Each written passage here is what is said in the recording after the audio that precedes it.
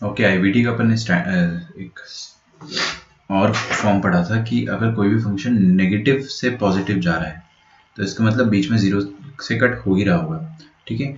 और इसका इसी बात का इन्वर्स क्या कह सकते हैं अपन, मान लीजिए ये पॉइंट ए है और ये पॉइंट बी है, तो ए पर अगर नेगेटिव और बी पर अगर पॉजिटिव है, ठीक है, तो आप F A into F B को क्या बोल सकते हैं, पॉजिटिव नेगेटिव बोल सकते हैं, ठीक है। और अगर आपको फोटो नहीं दिया हुआ है, सिर्फ इतना दिया हुआ है कि F A into F B negative है, तो इसका मतलब क्या होगा कि कोई एक पॉजिटिव होगा कोई एक नेगेटिव होगा, या तो प्लस माइनस होगा या तो माइनस प्लस होगा, तभी तो प्रोडक्ट नेगेटिव आ सकता है ना। तो यहाँ से आप ये कह सकते हो कि ए पर वैल्यू और बी पर वैल्यू डिफरेंट साइन की होगी, है ना। मान लो कि ए पर पॉजिटिव है तो बी पर नेगेटिव रहा होगा, तो बीच में कहीं ना कहीं जीरो आ रहा होगा।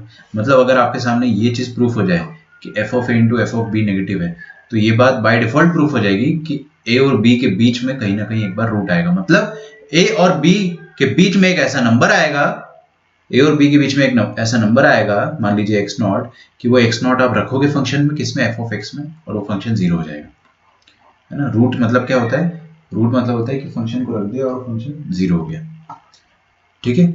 अच्छा, तो ये तो आईवीटी का एक एक्सटेंडेड फॉर्म हो गया, है ना। अब यही वाला फॉर्म अपन यहाँ पे ये वाले क्वेश्चन में लगाते हैं कि if F of X be a continuous function defined on to zero, defined on to on 0 1 with range 0 1, then show that there is some c between 0 to 1 such that f of c is equal to, है ना, ये मुश्किल question है, f of c is equal to 1 minus c, ठीक है। ये दिया हुआ है, मैं क्या करता हूँ ना कि f of x, देखो बेसिकली हुआ क्या होगा ना, आपने दुनिया में जहां जहां f of x में जहां जहां x होगा वहां वहां आपने c डाल दिया होगा, है ना। तो ये f of x की शक्ल जो होगी ना वो कैसी दिख रही होगी, f of x की शक्ल कैसी दिख रही होगी, ऐसी दिख रही होगी कि f of x is equal to 1 minus x, है ना। ऐसा रहा होगा f of x, ऐसा मुझे लग रहा है। अच्छा, थोड़ा अलग भी हो सकता है, लेकिन चलो अपन ऐसे यहाँ से एक पॉसिबिलिटी जो है उसको लेके आगे चलते हैं। मैं क्या करता हूँ ना, सबको एक तरफ ले लेता हूँ, तो f of c plus c minus 1 this is equal to 0।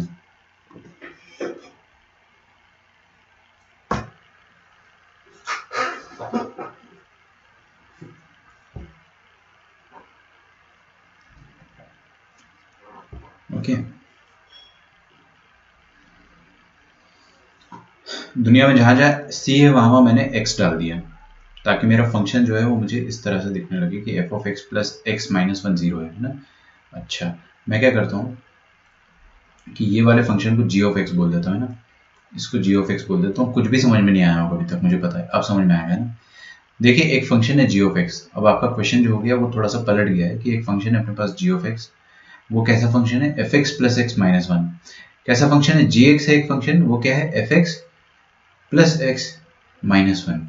और इस फंक्शन में अगर x की जगह आप c डालते हो, g ऑफ c, है ना, x की जगह अगर आप c डालते हो तो फंक्शन कैसा दिख जाएगा, f of c plus c minus 1, और ये तो जीरो होता है, ये तो जीरो होता है। मतलब आपको ये प्रूव करना है, क्या प्रूव करना है कि F X be continuous function defined on to 0 to 1 with range 0 to 1, then show that there is some c between 0 to 1 such that f of c is equal to 1 minus c। ठीक है, आपको ये prove कर देना है। ये prove करने के बजाय आपको ये प्रूव करना है ना, ये प्रूव करने के बजाय आप ये प्रूव कर दो कि g ऑफ c जीरो होता है ना। एक बार और देखिए शांति से,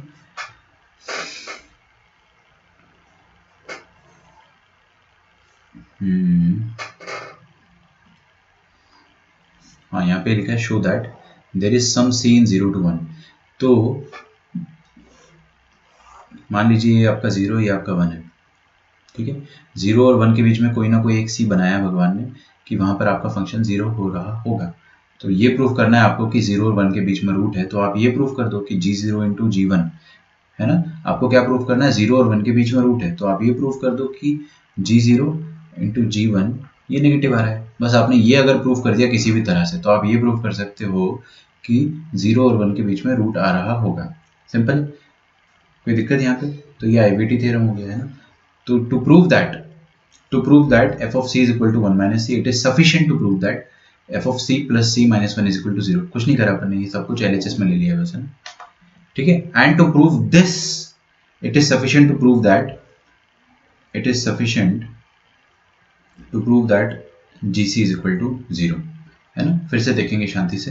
अगर आपको ये प्रूव करना है कि f of c is equal to 1 minus c, तो आप बस इतना प्रूव कर लो कि f c plus c minus 1 0 है. ये तो गिवन है बेसिकली, ये आपको गिवन है, या ये आपको प्रूव करना है, ठीक है. और ये आपको प्रूव करना है तो बस इतना प्रूव कर दो कि g of c जो है वो 0 हो जाएगा. और g of c 0 हो जाएगा मतलब किस रेंज में 0 होना चाहिए आप g of c को, c बिलोंगिंग टू 0 to 1 में. तो मतलब gc into g1, sorry gc बोल रहा हूँ, 0 और 1 है ना, तो 0 और 1 पे, अरे यार 0 और 1 पर जो प्रोडक्ट आ रहा है वो नेगेटिव आ जाए, बस आप ये प्रूफ कर लो. लेस देन और इक्वल टू 0 प्रूफ कर दो, है ना. ये आपने अगर प्रूफ कर दिया कि g0 इंटू g1 नेगेटिव है. एक बार आप सुनना, यहाँ से आपको सब कुछ समझ में आएगा जो मैं बोल रहा हूँ. अगर आपने ये प्रूफ कर लिया कि g0 इंटू g1 नेगेटिव है, तो आपने ये प्रूफ कर दिया कि 0 और 1 के बीच में रूट है.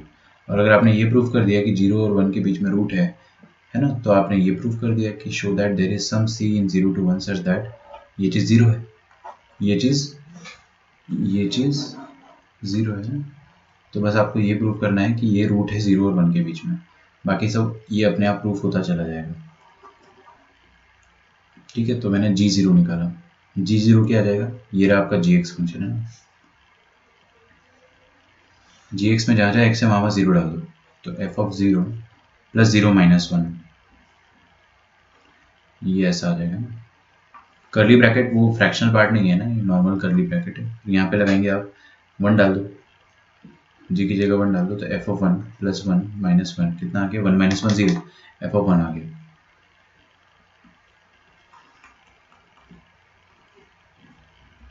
है ना. तो आपको बस ये प्रूफ करना है कि ये चीज़ नेगेटिव है, वो मैं प्रूफ कर दूंगा बड़े आराम से. देखिए भाई, रेंज कितना है, f of x कंटिन्यूस है, 0 से 1 में डिफाइन है, और रेंज भी इसका क्या है 0 to 1, इसका रेंज भी 0 to 1 है. तो ये वाली जो चीज़ है वो 0 to 1 वेरी कर रही है, और माइनस 1 लिखा है, तो ओवरऑल ये चीज़ कितने कहाँ से कहाँ तक वेरी कर रही है, -1 से 0. चेक करो, ये एक ऐसी क्वांटिटी जो -1 से 0 पर वेरी कर रही है. और ये क्या लिखा है, f of 1 है ना. अरे समझ लो ना, f of x जो है उसका आंसर 0 से 1 के बीच में आएगा, तो f of 0 0 से 1 के बीच में आएगा, कहीं ना कहीं आएगा भाई. तो f of 0 माइनस 1, ये वाला जो आइटम है वो -1 से 0 के बीच में कहीं ना कहीं आएगा, मतलब एक नेगेटिव नंबर. और f of 1 क्या है, f of x का रेंज क्या है 0 से 1, तो f of 1 भी क्या होगा 0 से 1 कहीं ना कहीं वेरी कर रहा होगा, 0 to 1.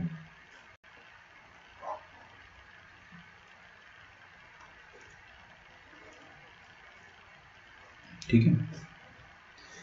तो ये एक नेगेटिव नंबर लिखा है और ये एक पॉजिटिव नंबर लिखा है. तो नेगेटिव इंटू पॉजिटिव क्या होता है, हमेशा नेगेटिव होता है. एक पॉसिबिलिटी कि दोनों 0 हो सकते हैं, यहाँ पे 0 पे इक्वालिटी है तो यहाँ पे इक्वल भी लगा दिया मैंने.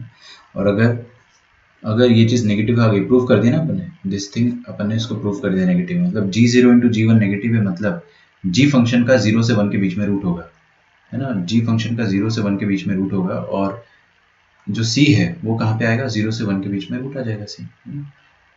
तो कोई एक ऐसा c है 0 से 1 के बीच में, 0 से 1 के बीच में कोई एक ऐसा c है जो इसको 0 कर दे रहा है. क्यों, क्योंकि g0 इंटू g1 नेगेटिव आ रहा है, g0 इंटू g1 नेगेटिव आ रहा है. ठीक है, थोड़ा मुश्किल क्वेश्चन है, इसमें ज़्यादा सोचना पड़ता है. अब एक बार लिखिए इसको.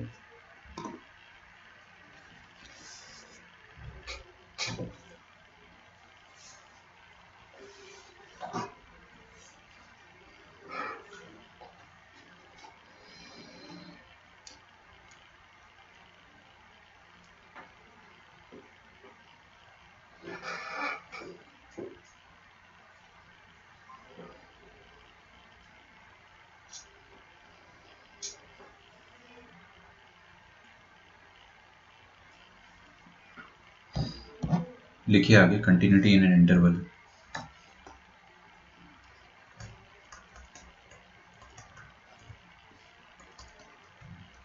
बहुत इजी टॉपिक है, बहुत ज़्यादा इजी है ना।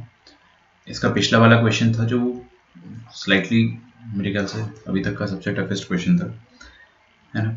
कोई बात नहीं, अगर आपको समझ में आ गया तो अच्छी बात है, नहीं आया तो आपको रिवाइज करना पड़ेगा।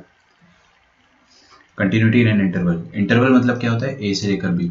अब आपको अगर कोई बोलता है, सुनो मेरी बात है ना, आपको अगर कोई क्वेश्चन में बोलता है कि चेक करो continuity at X is equal to 0, तो आप चेक कर लो, 0 पे लेफ्ट हैंड लिमिट, 0 पे राइट हैंड लिमिट और 0 पर वैल्यू, यही तो होता है प्रोटोकॉल, है ना। लेकिन अगर आपको कोई बोलता है कि 0 पर चेक मत करो, आप चेक करो 0 से लेकर 5 तक, तो आप बोलोगे कि अबे 0 से लेकर 5 के बीच में तो इनफाइनाइट पॉइंट्स है, तो मैं सारे पॉइंट्स पे चेक करूँ क्या कंटिन्यूटी? तो उसका जवाब है कि नहीं, सारे पॉइंट पे मत करो, कुछ इंपॉर्टेंट पॉइंट्स पर चेक कर लो। समझ में आ रहा है? जैसे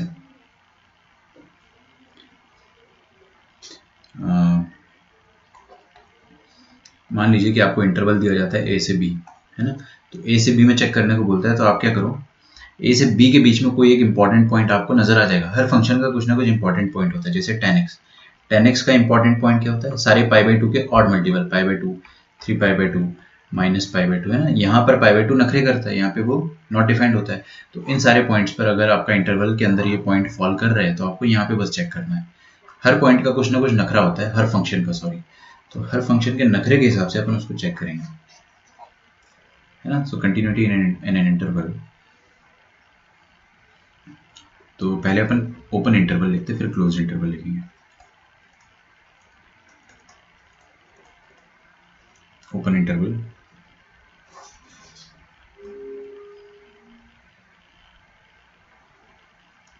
लिखे, a function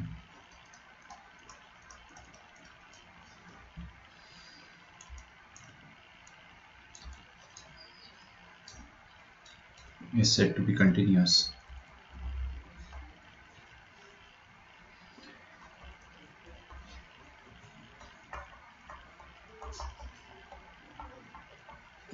in the open interval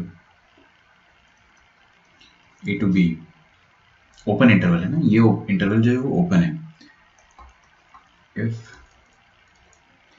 f of x is continuous, इस पूरे इंटरवल में अगर उसको कंटिन्यूस बताना है तो हर पॉइंट पे कंटिन्यूस बताना पड़ेगा, है ना। तो वही चीज लिख रहा हूं कि if f of x is continuous in all the points, if f of x is continuous at each and every point, at each and every point, at each and every point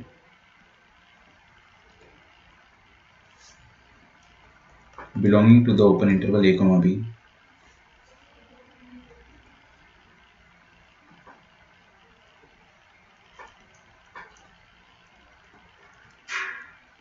for any c belonging to a comma b। अब देखिए a comma b के बीच में कोई एक number c ले लो आप, है ना। उस c पर अगर आपको शक है ना, तो आपको उस शक को यकीन में बदलना पड़ेगा कि आप लिमिट की लेफ्ट हैंड लिमिट चेक कर लो उस पॉइंट पर, वो बराबर होनी चाहिए उसी पॉइंट पर राइट हैंड लिमिट के,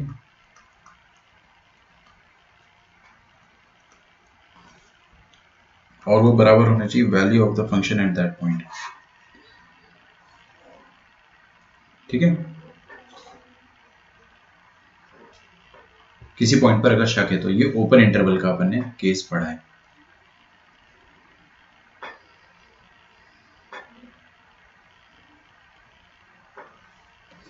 ठीक है, जैसे कि एग्जांपल आपको बोला जाता है कि f of x is equal to greatest integer function of x, तो ग्रेटेस्ट इंटीजर फंक्शन x बोल रहा है आपको check continuity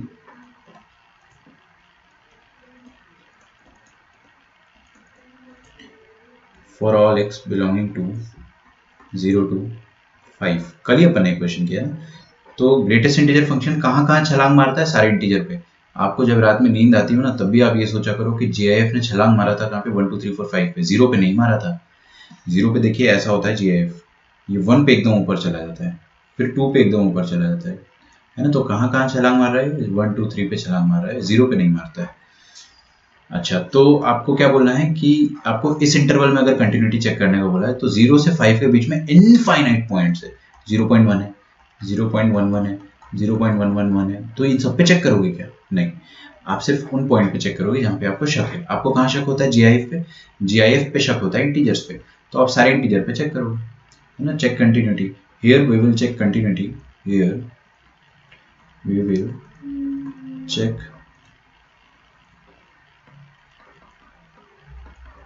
continuity at all the integer points, at all the integer points since greatest integer function breaks at all the integers, at all the integral values.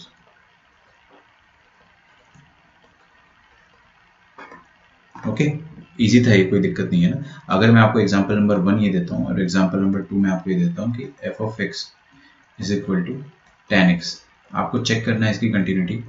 Check continuity for all x belonging to 0 to 8 pi. 0 से 8 पाई के बीच में कितने points आते हैं? करोड़ों लाखों, है ना, मतलब इनफाइनाइट पॉइंट्स आते हैं। तो इन इनफाइनाइट पॉइंट्स में आपको सारे पॉइंट्स नहीं चेक करना है, आपको शक कहाँ पर होता है? tan पे शक होगा आपको हमेशा π/2 के ऑड मल्टीपल पे। तो यहाँ पे we will check continuity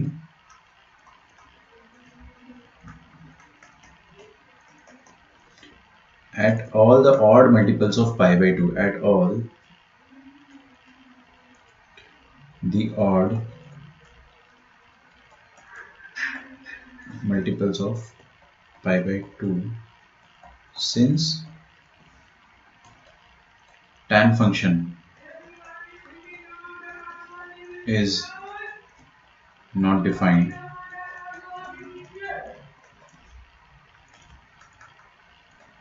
at those points। ठीक है, कौन कौन से पॉइंट्स पर tan नॉट डिफाइंड होता है नहीं? तो सब्जी वाले की आवाज आ रही है, वो भी बता देगा दूर से चिल्ला के कि भैया π/2, 3π/2, 5π/2, 7π/2, ऐसे, है ना। तो आपको ही पता होना चाहिए कि ये सारे पॉइंट पर tan जो है नॉट डिफाइंड होता है, तो अपन उन्हीं पॉइंट्स पे कंटिन्यूटी चेक कर लेंगे। अच्छा, ये यहाँ प्लीज आप है ना ओपन ब्रैकेट लगा लो और यहाँ पे भी ओपन ब्रैकेट लगा लो, क्योंकि अपन क्लोज इंटरवल अभी बाद में पढ़ेंगे। बाकी आप लोग भावनाओं समझे ना, भावनाओं को समझो। अब मैं आपको है ना क्लोज इंटरवल के बारे में पढ़ाता हूँ। क्लोज इंटरवल में भी कुछ खास बात नहीं होती है। ओपन इंटरवल में आपने सीख लिया ना, बस वही चीज करना है। बाउंड्री वाले पॉइंट्स पे अपने को अलग से सतर्क रहना है ना।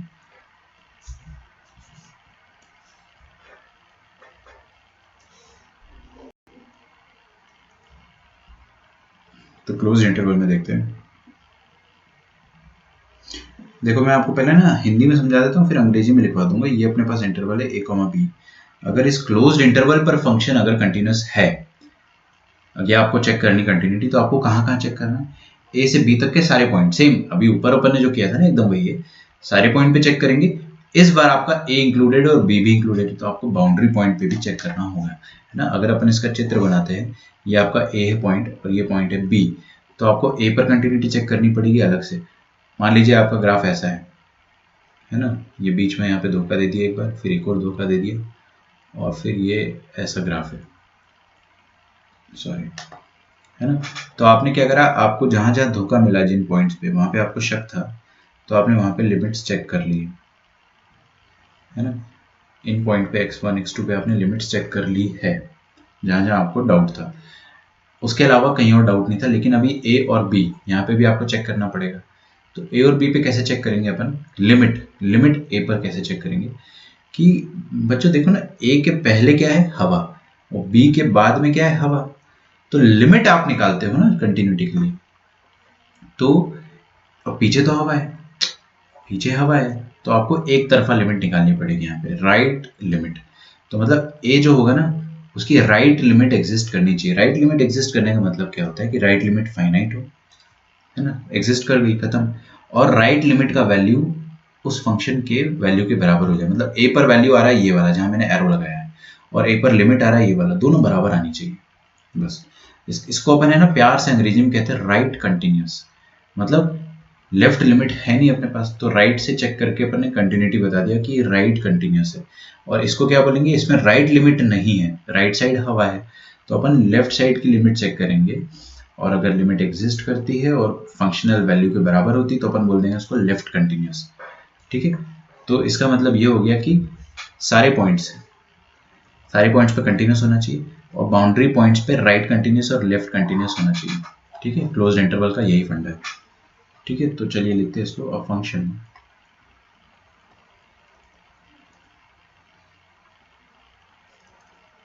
f of x is said to be continuous, is said to be continuous in closed interval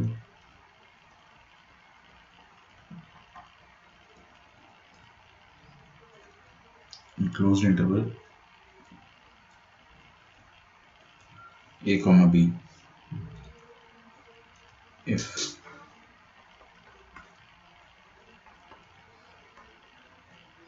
it is continuous। दुनिया के सारे पॉइंट जो a और b के बीच में आ रहे हैं ना, जितने भी पॉइंट ए बी के बीच में आ रहे हैं सब में कंटिन्यूस होना चाहिए ना, तो इसको मैं अंग्रेजी में लिखने जा रहा हूँ। It is continuous at all the points in the interval. It is continuous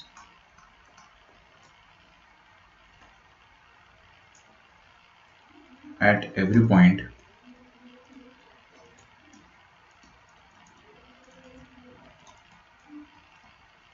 in the interval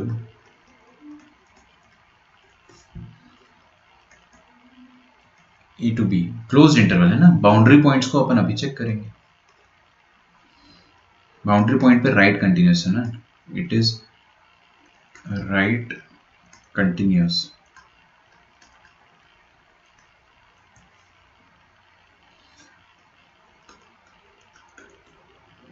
at x is equal to a। That is right continuous का मतलब क्या होता है कि ए पर जो वैल्यू आ रही है और ए पर जो राइट हैंड लिमिट आ रही है, ए पर राइट हैंड लिमिट कैसे लिखेंगे अपन, x tending to a plus, है ना, वो दोनों बराबर आनी चाहिए और दोनों फाइनाइट आनी चाहिए। ऐसा नहीं कि दोनों इन्फिनिटी आ गए तो दोनों बराबर है, ये सब अब मत करो ना बचपना।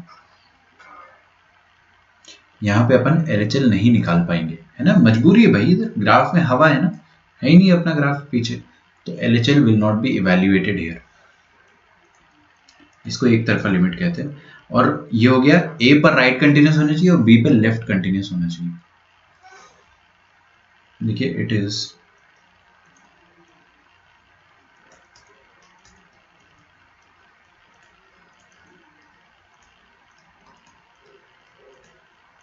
Left continuous at X is equal to B.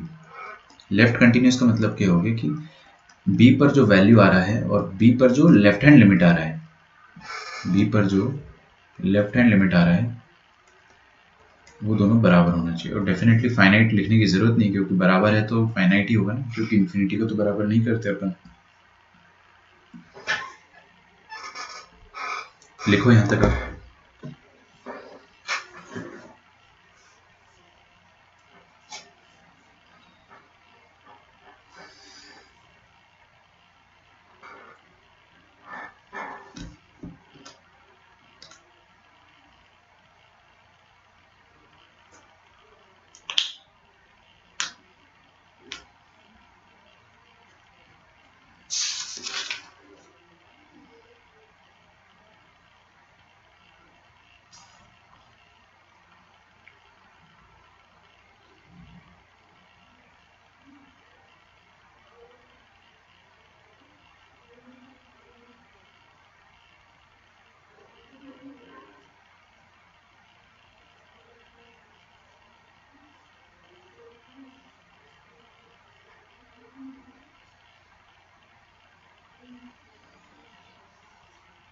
Okay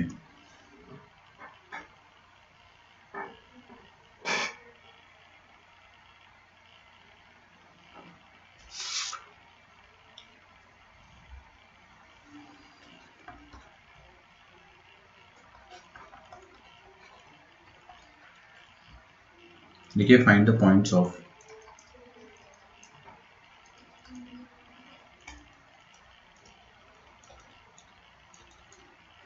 discontinuity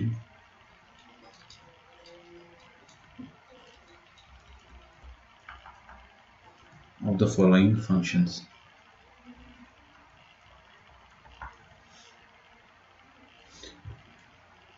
over R मतलब सारे रियल नंबर पे देखना है अपने को ना। चलिए तो अब आपका क्वेश्चन जो है वो आपको सॉल्व करने का टाइम आ गया है। पहला है 1/2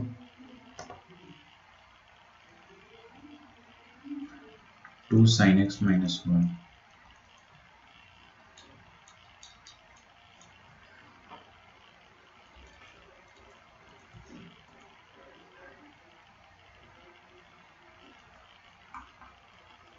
x cube minus 3 mod x plus 2।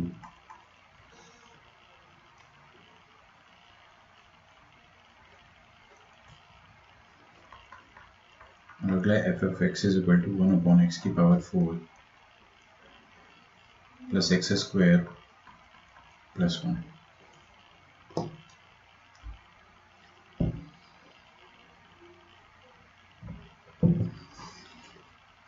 ठीक है, 3 क्वेश्चन है। पॉइंट्स ऑफ डिसकंटिन्यूटी निकालने हैं आपको। तो अब आपको बताया ही नहीं है मैंने कि आपको 0 पे चेक करना है, 1 पे चेक करना है या 2 पे चेक करना है। आपको बोला है कि आप गेस करो कहाँ चेक करना है ना। आप खुद से सोचो कि आपको ये फंक्शंस कहाँ कहाँ डिसकंटिन्यूअस लग रहे हैं, तो आपका शक जो है वो सही जगह पे जाना चाहिए।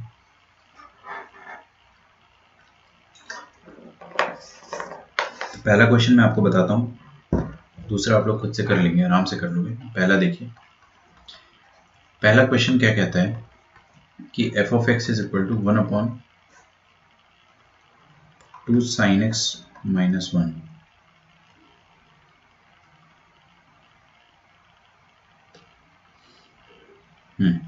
ये लिखा है आपके सामने।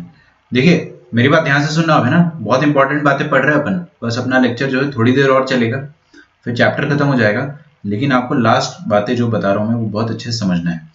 कोई भी फंक्शन डिसकंटिन्यूअस कब होता है? जब एकदम से या तो वो फंक्शन टूट जाए। टूटता क्यों है? क्योंकि वो नॉट डिफाइंड होता है उस पॉइंट पे। कोई भी फंक्शन को टूटने का शौक नहीं होता है, वहां पे नॉट डिफाइंड होता है भाई। जैसे tan x यहाँ पर ब्रेक होता है ना, ये इस पॉइंट पे ब्रेक होता है। क्यों ब्रेक होता है tan x यहाँ पे? क्यों? क्योंकि tan 90 डिग्री नॉट डिफाइंड है, तभी ब्रेक हुआ ना वो। तो इसका मतलब आपको देखना है कि ये फंक्शन कहां पर नॉट डिफाइंड है? जहां पर डिनोमिनेटर 0। सिंपल सी बात है भाई। tan 90 क्यों नॉट डिफाइंड है? क्योंकि tan 90 का डिनोमिनेटर 0 है। tan 90 मतलब sin 90 by cos 90, sin 90 1, cos 90 0, 1/0। Denominator 0 होता है तब फंक्शन नॉट डिफाइंड होता है, तब फंक्शन डिसकंटिन्यूअस होता है, क्योंकि नॉट डिफाइंड होने से फंक्शन ब्रेक हो जाता है। तो इसका मतलब डिनोमिनेटर जहां पर आपका 0 हो रहा है ना, वो वाला x अपने शक के दायरे में रहेगा। उस x पर फंक्शन जरूर टूटेगा जहां पर फंक्शन नॉट डिफाइंड है। फंक्शन नॉट डिफाइंड मतलब डिनोमिनेटर 0। तो अपने को ये चेक करना है कि 2 sin x minus 1 0 कब हो रहा है? जब sin x का वैल्यू 1/2 हो रहा है। और sin x का वैल्यू हाफ कब होता है? इसका आंसर आप मुझे बता सकते हैं क्या? जो किड्स होते हैं ना, जो बहुत मासूम से छोटे से बच्चे होते हैं एकदम, वो 30 डिग्री आंसर देके ना चुप हो जाते हैं कि अपना आंसर सही है। लेकिन अपन पढ़ चुके हैं ना कि sin x हाफ बहुत बार होता है। 150 डिग्री पर भी होता है, फिर 390 डिग्री पर भी होगा।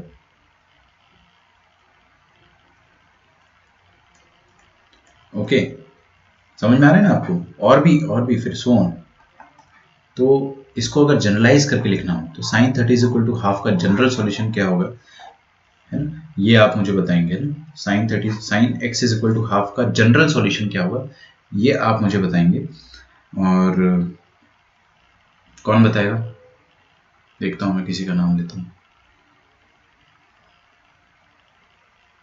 ठीक है, चलिए आप बताइए मुझे। कशिश बताइए या कीर्ति, है ना। तो अगला अपन करते हैं solve. sin x is equal to half का जनरल सॉल्यूशन आपको बताना है, ठीक है? कर लोगे ना? नेक्स्ट क्वेश्चन ट्राई करो। नेक्स्ट क्वेश्चन में क्या बोला है आपको? f of x is equal to 1 upon,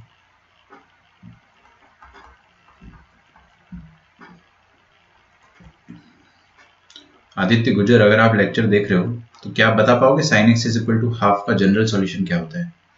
हाँ या ना में एक बार जवाब दो, अगर आपको याद हो तो कैसे निकालते थे। ठीक है, ट्रिग्नोमेट्री में जनरल सॉल्यूशन बताया। एसएल लोनी के एक्सरसाइज एग्जांपल 11 अपन ने करे थे, उसमें सारे जनरल सॉल्यूशंस ही थे उस समय।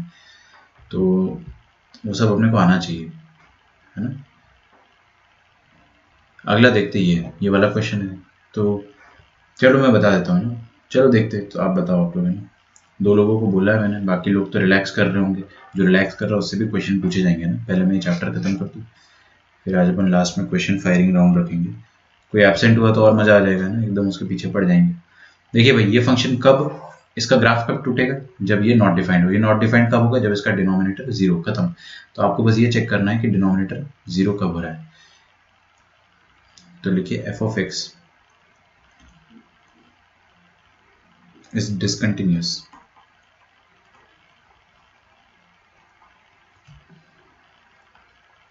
आप लोग वॉइस रिकॉर्ड करके भी भेज सकते हो ना, मेरे को समझ में आ जाएगा।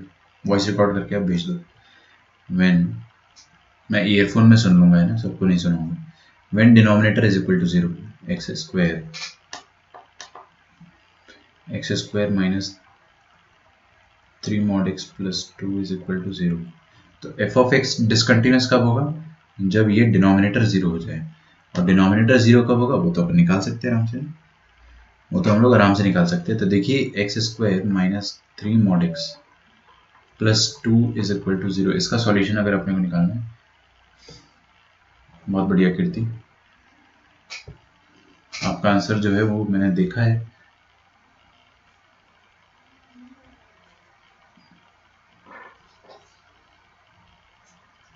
एक्स क्यूब है क्या? अच्छा, इसको एक्स स्क्वायर कर लो है ना, सॉरी, इसको आप एक्स स्क्वायर कर लो। ठीक है कशिश, आपका आंसर भी आना चाहिए, भले ही कीर्ति ने टाइप कर दिया है ना। इसमें एक हल्का सा एरर है शायद, नहीं है। ठीक है, मैंने आप दोनों से इसलिए पूछा था क्योंकि मुझे पता था आप लोग तो बताओगे है ना, होपफुली। एंड आपने दोनों ने बताया है, बट प्लस माइनस जो आप दोनों ने बताया ना, वो दोनों गलत है। देखिए इसका सॉल्यूशन क्या था, एक्स क्या हो जाएगा, कोई भी पाई हो, चाहे इवन पाई हो चाहे ऑड पाई हो, आपको कहाँ पर मिलेगा, 1/2 कब मिलेगा आपको, इस लाइन पर मिलेगा या इस लाइन पर मिलेगा। ओके, और दोनों लाइन की क्या खास बात है, ये दोनों 30 डिग्री ऊपर है, ये 30 डिग्री, ये 30 डिग्री। तो ये इवन पाई है और ये ऑड पाई है। तो इवन पाई पे +30 करना है, ऑड पाई पे -30 करना है। तो क्या करेंगे अपन, प्लस करना है ना, इवन पे प्लस करना है। तो -1 to the power n, 30 degree मतलब π/6। अच्छा, जब ये इवन हो जाएगा तो ये प्लस हो जाएगा अपने आप, तो इवन पे अपने को प्लस ही करना था। और जब ऑड हो जाएगा तो अपने आप माइनस हो जाएगा। तो ये बीच में आपने जो एक माइनस के बाहर एक माइनस लगाया ना, वो गड़बड़ है। ठीक है, प्लस माइनस नहीं आएगा, सिंपली बस इतना ही आएगा। ये आपका फाइनल आंसर रहेगा। ठीक है, चलिए ये देखते हैं। इधर देखो प्लीज, ये बहुत इंपॉर्टेंट है। यहाँ पे क्या लिखा है, मॉड एक्स। एक तरीका ये हो सकता है कि आप एक्स को 2 बार खोल दो, मॉड के अंदर का मसाला ग्रेटर देन इक्वल टू 0 और लेस देन 0, 2 तरीके हैं, दोनों पॉसिबिलिटीज बनती है। तो आप इसका दोनों का यूनियन ले लेना। दूसरा तरीका क्या होता है कि ये एक्स स्क्वायर है, ये एक्स स्क्वायर है ना, तो एक्स स्क्वायर को आप मॉड एक्स का स्क्वायर भी लिख सकते हैं। थोड़ी ना फर्क पड़ रहा है भाई, square of A number is always positive, और आप उसके मॉड का स्क्वायर ले लो तो भी वो पॉजिटिव ही आएगा ना। समझ में आ रहा है? मैं आपको एक सिंपल सा तर्क देता हूँ, तर्क समझते हैं आप, एनालॉजी। -3 का मॉड कितना आएगा, 3। तो मैं 3 का स्क्वायर लूंगा और -3 के मॉड का स्क्वायर लूंगा, दोनों 9 आएंगे। उसी तरह से एक्स स्क्वायर लिखो या मॉड एक्स स्क्वायर लिखो, ऐसा करने से आपके मैक्सिमम इस तरह के क्वेश्चन, आपको जेई में कभी भी ये शक्ल दिखे ये वाली, तो आपको क्या करना है, जो मैंने लिखा है वैसा सॉल्व करना है। ठीक है, फैक्टराइज कर लेंगे अपन इसको। मॉड एक्स को आप टी बोल दो तो t-1 इंटू t-2 आ जाएगा। This is equal to 0। इसका मतलब क्या आ जाएगा, t मॉड एक्स या तो 1 आ जाएगा या तो मॉड एक्स 2 आ जाएगा। और मॉड एक्स 1 आ रहा है तो किस नंबर का मॉड 1 होता है, खुद 1 का और -1 का। किस नंबर का मॉड 2 होता है, खुद 2 का और -2 का। तो आपके 4 आंसर आ जाएंगे। मतलब 1 -1 2 -2 पर फंक्शन जो है डिसकंटिन्यूअस है। क्यों? क्योंकि 1 -1 2 -2 पर फंक्शन का डिनोमिनेटर 0 हो जा रहा है, तो डिनोमिनेटर 0 आने से फंक्शन ब्रेक हो जाता है। ठीक है,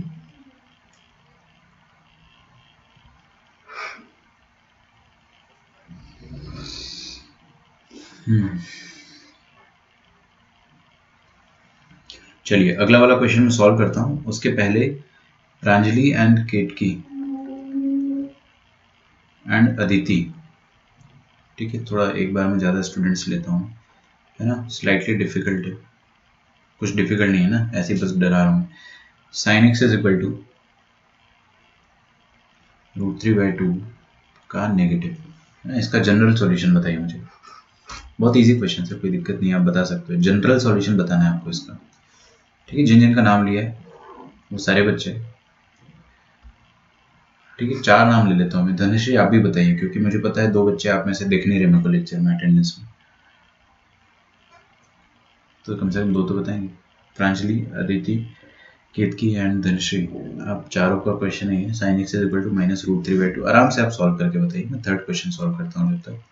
थर्ड क्वेश्चन क्या कह रहा है कि फंक्शन ये वाला है, ये कब कब डिसकंटिन्यूस होगा, x⁴ + x² + 1, ये कब कब डिसकंटिन्यूस होगा। तो हमने बोला जब जब डिनोमिनेटर 0 होगा तब तब ये नॉट डिफाइंड होगा, जहाँ जहाँ नॉट डिफाइंड होगा वहाँ वहाँ ग्राफ टूटेगा। कितना ईजी है यार, देखो ना, कुछ भी डिफिकल्ट नहीं है मैथ्स में, अगर आप बस लॉजिकली जो मैं बता रहा हूँ वैसे सोचो। तो डिनोमिनेटर कहाँ कहाँ 0 हो रहा है वो देख चेक कर लो, तो ये इसके रूट्स निकालने हैं आपको, बस खत्म आपका क्वेश्चन। रूट्स निकालना भी बड़ा आसान है ना, आराम से निकाल सकते। देखिए x⁴ और x² है, तो x² को आप है ना प्यार से टमाटर बोल दो, तो क्या आ जाएगा, टमाटर का स्क्वायर प्लस टमाटर प्लस 1 इज इक्वल टू 0। इसको आप निकाल लीजिए, तो b² - 4ac, इसके रूट्स ही नहीं आ रहे टमाटर के। देखो ना भाई, d0 आ गया इसका, d0 डिस्क्रिमिनेंट तो मैं माइक्रो सेकंड में निकाल लेता हूँ। देखिए क्या आ जाएगा, b² - 4ac, नेगेटिव आ गया इसका, जीरो नहीं सॉरी, नेगेटिव आ गया। डी नेगेटिव मतलब नो रूट्स, नो रूट्स मतलब t इज इक्वल टू 5, मतलब x² इज इक्वल टू 5, मतलब x इज इक्वल टू 5। तो मतलब कद्दू कोई नंबर ऐसा है जिसके लिए डिसकंटिन्यूस होगा, दिस इज ऑलवेज पॉजिटिव या never going to be equal to 0। तो आप क्या बोल देंगे डायरेक्टली, कोई भी ऐसा नंबर नहीं जिसके लिए डिनोमिनेटर 0 है, तो कोई भी ऐसा नंबर नहीं होगा जिसके लिए ग्राफ टूटेगा। तो मतलब x बिलोंगिंग टू r के लिए कंटिन्यूस है, continuous for all x belonging to r, कभी भी ये ब्रेक नहीं हो रहा है।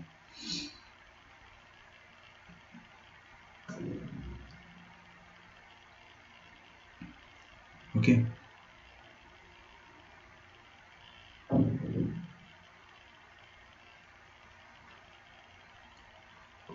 हाँ भाई, sine x is equal to -√3/2, आप वॉइस मैसेज भी भेज सकते हो।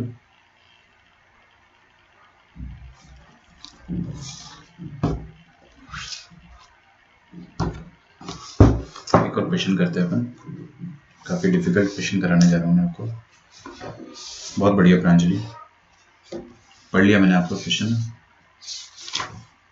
अंदर से रेडिएशन निकल जाती है अगर आंसर सही होता है तो वो रेडिएशन निकल गई है। Good, very good.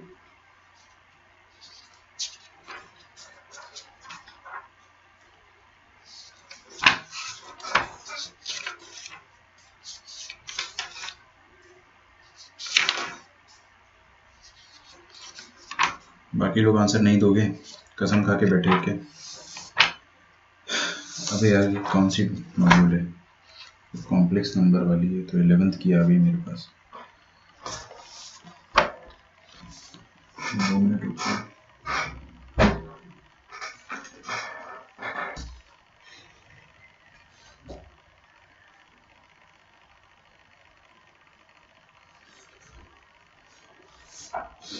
ओके चलिए एक और क्वेश्चन लिखे।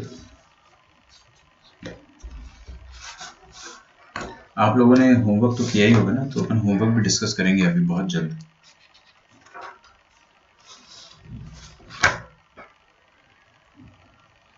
अच्छा ये लिमिट्स एंड डेरिवेटिव है, ठीक है। आप लोग 2 मिनट अगर वेट करेंगे तो मैं, कौन सा वॉल्यूम है जिसमें आपको कंटिन्यूटी एंड डेरिवेबिलिटी दे रखा है, ये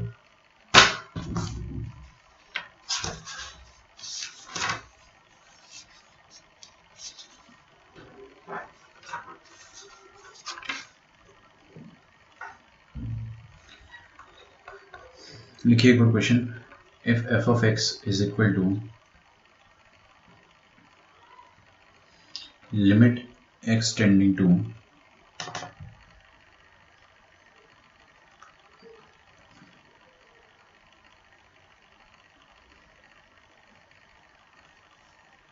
अदिति आप एब्सेंट हो क्या?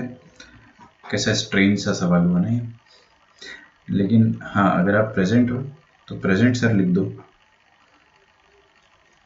जनरल सॉल्यूशन कोई रॉकेट साइंस नहीं है, बहुत आसान होता है जनरल सॉल्यूशन लिखना, लेकिन आप लोग सिंसियर हो अगर तो ही आप बता पाओगे। ठीक है, तो केतकी एंड धनश्री आपका आंसर भी सही है, गुड, बहुत बढ़िया। ठीक, कभी भी आपको कोई सवाल का जवाब ना आए ना तो हमेशा लिख दिया करो कि सर नहीं आ रहा है, या कहीं फंस जाओ तो लिख दो कि सर ये समझ में नहीं आ रहा है इसमें क्या है। कभी भी झूठ मत बोलो। बट आप लोगों ने, मैं आपको नहीं बोल रहा हूँ डायरेक्टली, आप लोग तो सही बता दिए हो। अगला क्वेश्चन किससे पता है ना आपको? सेम क्वेश्चन मैं अभी पूछूंगा, किससे पूछूंगा नाम बता देता हूँ, छोड़ो बाद में बताऊंगा। देखिए ये फंक्शन है, आपको बोल रखा है कि दिस फंक्शन इज कंटिन्यूअस, देखो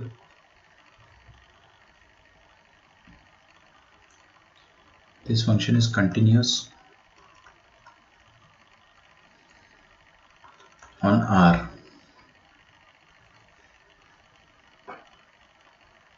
then a comma b is equal to what? ठीक है,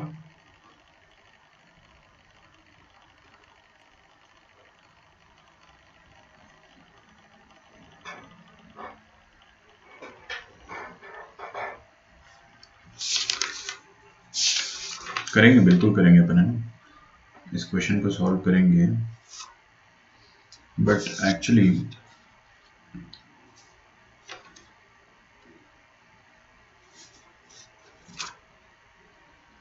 मैं देख रहा हूँ कि अपना होमवर्क, ये कंटिन्यूटी चैप्टर अपना आज ही खत्म हो जाएगा और मॉड्यूल भी आज खत्म हो जाएगा। ये फंक्शन को एक बार देखो ध्यान से, देख के कुछ समझ में आ रहा है इसमें? देख के ना अटपटाहट लगेगी आपको, क्यों? क्योंकि लिमिट n दे रखा है, लिमिट में n दे रखा है और फंक्शन के अंदर दो वेरिएबल है, n फॉर नालायक भी है और x भी है। तो ये तो कंफ्यूजन हो गया ना यार कि लिमिट तो n पे है तो हम x का क्या करें, है ना, और n कहां पर भाग रहा है? n इन्फिनिटी पे भाग रहा है। तो देखिए n एक यहां पर है और एक यहां पर है ना। अच्छा अच्छा अच्छा अच्छा, n इन्फिनिटी पे भाग रहा है और एक बार n इधर है और एक बार n इधर है। मतलब इसका ये हो गया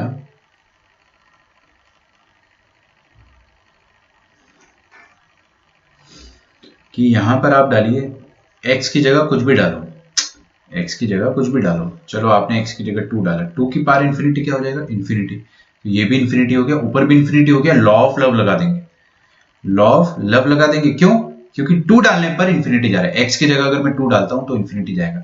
अच्छा x की जगह यहाँ पे 1 डालो, एग्जैक्ट 1, 1 की पावर इन्फिनिटी क्या होता है? 1, है ना। x की जगह अगर मैं 1 डालता हूं तो ऐसा हो जाएगा, लेकिन अगर मैं x की जगह 1.1 डालता हूं, 1.1 की पावर इन्फिनिटी, इन्फिनिटी, और ये भी इन्फिनिटी, फिर से infinity upon infinity, law of love, है ना। चलिए काम करते हैं, 1 से जस्ट छोटा, थोड़ा सा छोटा नंबर डालते हैं, 0.99 की पावर इन्फिनिटी, ये क्या होता है? 0। अच्छा तो ये पार्ट हो गया आपका 0 और ये पार्ट भी हो गया आपका 0, है ना। फिर से आप इसमें लॉ ऑफ उल्टा लव लगा सकते हो। बेसिकली देखो यार, मेरे को क्या समझ में आ रहा है ना कि सारी चीजें 1 पर डिफाइन हो रही है। आप क्या करो ना, फंक्शन को ऐसे डिफाइन करो कि फंक्शन 1 से बड़ा, 1 से छोटा, ऐसे डिफाइन करो आप फंक्शन को। समझ में आ रहा है? इसका मतलब क्या है? देखो ये क्वेश्चन में आपको बोल रखा है कि this is continuous on all real number, तो सारे रियल नंबर पे कंटिन्यूअस है तो अपने को शक होना चाहिए। तो शक कहां पर होगा? शक होगा 1 पर। क्यों? क्योंकि 1 से आगे अगर अपन ने कोई भी नंबर लिया तो इन्फिनिटी अपॉन इन्फिनिटी मतलब लॉ ऑफ लव बन जाता है। 1 से जस्ट छोटा नंबर लिया तो 0 अपॉन मतलब इन्फिनिटी अपॉन इन्फिनिटी नहीं बनता है, बट कुछ और केस बन जाता है ना। और -1, ये बताइए मुझे, -1 की पावर में इन्फिनिटी ये कितना होगा? या तो 1 होगा या तो -1 होगा, डिपेंड करता है इन्फिनिटी इवन है या ऑड है ना। लेकिन अगर मैं आपको बोलता हूँ -1.1, ये बोलता हूँ, इसकी पावर में इन्फिनिटी कर दोगे तो ये डेफिनेटली आपको इन्फिनिटी देगा, या तो प्लस का इन्फिनिटी या तो माइनस का, है ना। क्योंकि ये माइनस को तो चलो साइड में रखो आप, 1.1 की पावर में इन्फिनिटी इन्फिनिटी होता है। तो बेसिकली सब कुछ कौन डिसाइड कर रहा है? 1 और -1। कौन डिसाइड कर रहा है सब कुछ? 1 और -1। तो किस पे शक हुआ अपने को? 1 और -1 पे। ऐसे क्वेश्चन में ना शक होना जरूरी है, किसी कोई एक दो पॉइंट पे शक होना चाहिए आपको कि हाँ यहाँ पर आपको कंटिन्यूटी चेक करना, वरना तो इसने आपको बताया ही नहीं ना कि कहाँ पे कंटिन्यूटी चेक करना है। ये तो बता ही नहीं रहा है कि कंटिन्यूटी चेक किधर करना है, ये तो बोल रहा है continuous on all real number. तो अपने को कंटिन्यूटी कहाँ पे चेक करना है, 1 पे और -1 पे।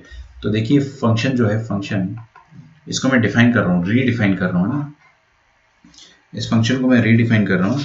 और कहाँ पे रीडिफाइन करूंगा मैं इसको मैं रीडिफाइन करूंगा 1 पे और -1 पे। तो देखिए इसको अपन रीडिफाइन करते हैं।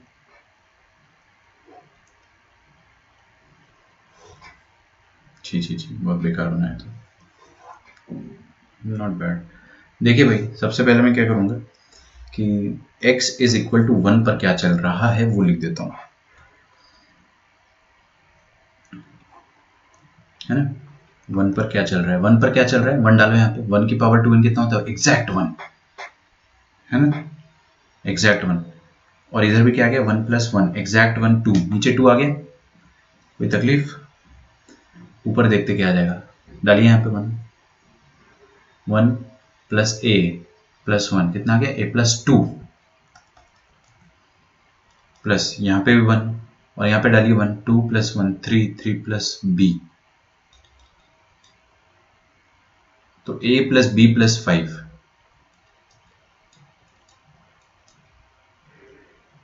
Divided by 2।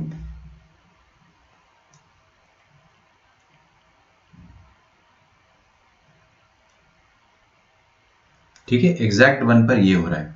1 से जस्ट पहले क्या हो रहा होगा वो लिख देता हूं मैं, 1 से जस्ट पहले कहां तक, 0 तक या -1 तक ले लो। देखो -1 से 1 के बीच में सारे पिद्दी नंबर होते हैं, दुनिया के जितने पिद्दी नंबर होते हैं ना, पिद्दी नंबर मतलब 0 पॉइंट समथिंग टाइप के, 0.5, 0.6 या -0.5, -0.6, दे आर ऑल पिद्दी नंबर। और पिद्दी नंबर की पावर में इंफिनिटी डाल देते हो ना तो ये 0 हो जाते हैं, ये क्या हो जाते हैं, 0 हो जाते हैं। तो ये पिद्दी नंबर वाला जो रेंज है ना वो मैं लिख देता हूँ यहाँ पे। देखिए ना, इमेजिन करना पड़ेगा आपको थोड़ा सा।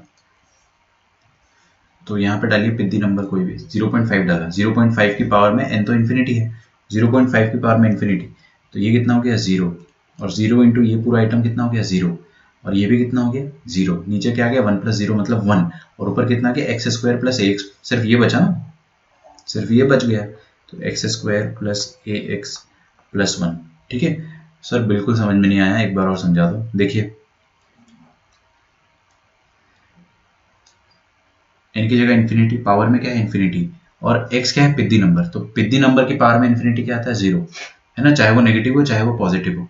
तो ये पिद्दी नंबर की पावर में इन्फिनिटी, ये वाला पार्ट जो है ये 0 आ जाएगा, तो 0 इंटू ये पूरा 0, है ना, और नीचे भी 1 + 0 मतलब 1, तो बचा कौन, ये फंक्शन को अपन ने रीडिफाइन करा, अपन ने बिल्ट इन लिमिट में सेम काम किया था अगर आपको याद हो तो, है ना। लेकिन याद कैसे होगा, याद होगा तो रिवाइज किया होगा, रिवाइज करोगे तो भाई एग्जाम में नंबर आ जाएंगे।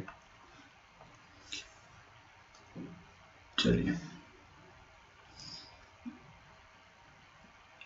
ये हो गया पिद्दी नंबर, और एग्जैक्ट -1 पर क्या हो रहा है वो भी चेक कर लेते। -1 की पावर में इन्फिनिटी क्या होता है, -1 की पावर में इन्फिनिटी, यार n के बारे में कोई इंफॉर्मेशन गिवन नहीं है ना अपने को। -1 की पावर में इन्फिनिटी क्या होगा, या तो 1 होगा या तो -1 होगा। ठीक है, तो मैं यहाँ पे लिख के देख लेता हूँ, हर जगह -1 डाल देते हैं, यहाँ पे डालेंगे तो 1 -a + 1 कितना आ गया 2 - a, फिर यहाँ पे डालेंगे अपन -1 की पावर में इन्फिनिटी कितना आ जाएगा, 1 आ सकता है, मान लीजिए अगर 1 आ गया तो अंदर क्या आएगा 2 - 1 1 1 + b,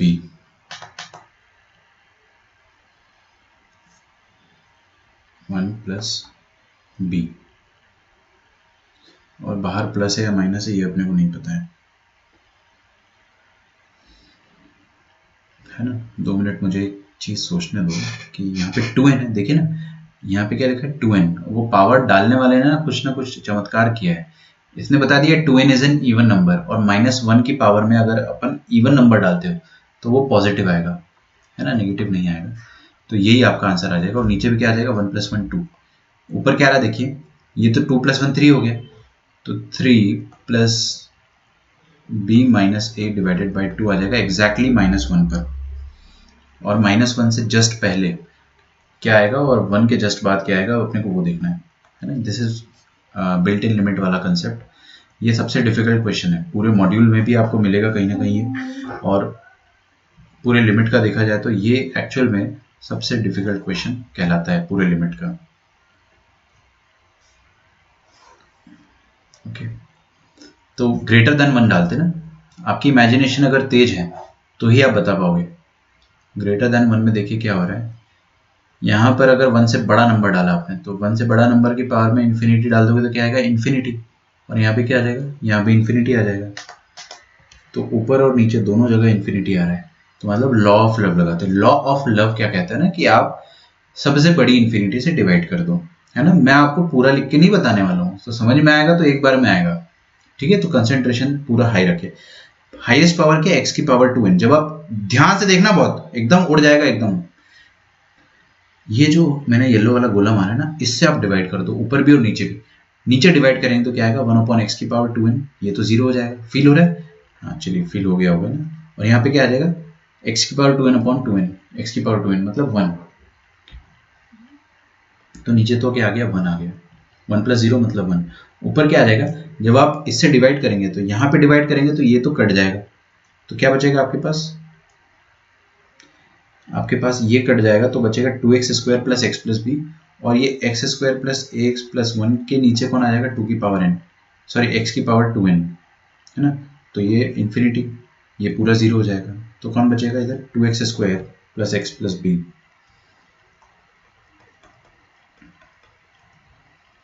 ये होता है लॉ ऑफ लव, ठीक है।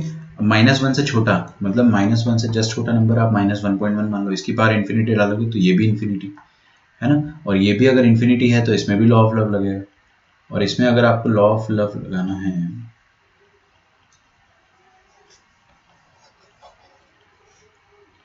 इसमें अगर आपको लॉ ऑफ लव लगाना है, ये इरेजर आज जा क्यों नहीं रहा एक बार में, ओके।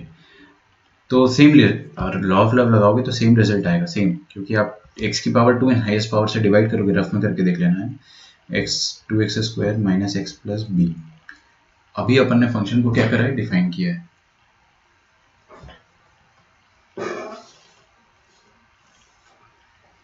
ठीक है। तो अपना फंक्शन अब ये है, समझ रहे हो ये कितना भयानक क्वेश्चन है।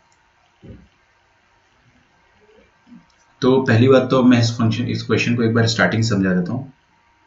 अपने को बोला फंक्शन कंटिन्यूस है, कहाँ का कंटिन्यूस है, सारी रियल में। तो हमने बोला कि ठीक है, टेस्ट ऑफ डिसकंटिन्यूटी अपने को करना पड़ेगा। कहाँ का करना पड़ेगा, जहां जहां शक हो रहा है। किधर शक हुआ अपने को, 1 के पहले, 1 के बाद और 1 के बीच। ध्यान से देखो ऊपर से नीचे, -1 के पहले, -1 पर, फिर -1 से 1 के बीच, फिर 1 पर और 1 के बाद। यहाँ पर शक होता है अपने को, क्योंकि 1 जो है ना वो गेम चेंजर होता है। 1 बोलेगा कि मैं 1.1 हो जाऊंगा, जैसे ही 1 हुआ, पावर में इन्फिनिटी है ही, इन्फिनिटी बन गया। अगर 1 0.99 हुआ तो पावर में इन्फिनिटी है, 0 हो गया, खत्म। और 1 एग्जैक्ट 1 हो गया तो पावर में इन्फिनिटी है, 1 हो जाएगा।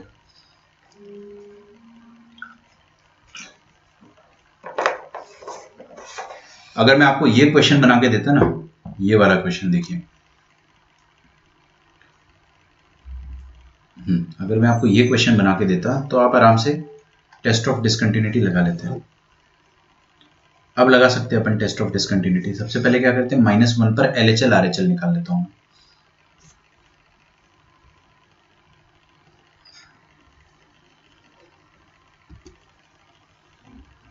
तो -1 पर लेफ्ट हैंड लिमिट निकाल लेते हैं। देखिए ना कैसे आएगा लेफ्ट हैंड लिमिट -1 पर, कंटिन्यूस तो हर पॉइंट पर है। तो -1 पर जो लेफ्ट हैंड लिमिट है, और -1 पर जो राइट हैंड लिमिट है, और -1 पर जो वैल्यू है, ये लेफ्ट हैंड लिमिट है, ये राइट हैंड लिमिट है -1 से बड़ा, और ये -1 पर एग्जैक्ट। इन तीनों पर जो वैल्यूज आ रही है वो तीनों क्या है, बराबर है। तो -1 पर लेफ्ट हैंड लिमिट क्या आ रही है अपने पास, यहाँ पे डाल दो आप, 2 - 1 कितना, 1, 1 + b। यहाँ पर डाल दिए 3 + b - a/2।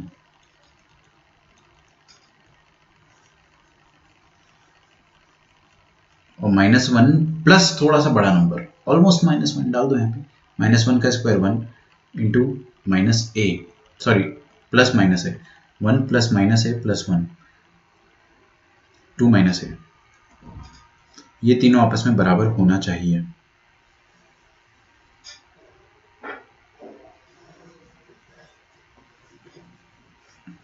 है ना। तो तीनों को बराबर होना चाहिए, मतलब ये left hand limit must be equal to right hand limit. तो मैं यहाँ लिख देता हूँ 1 plus B should be equal to 2 minus A, मतलब a प्लस बी किसके बराबर होना चाहिए, 2 माइनस 1 के बराबर, मतलब 1 के बराबर होना चाहिए। और यहां से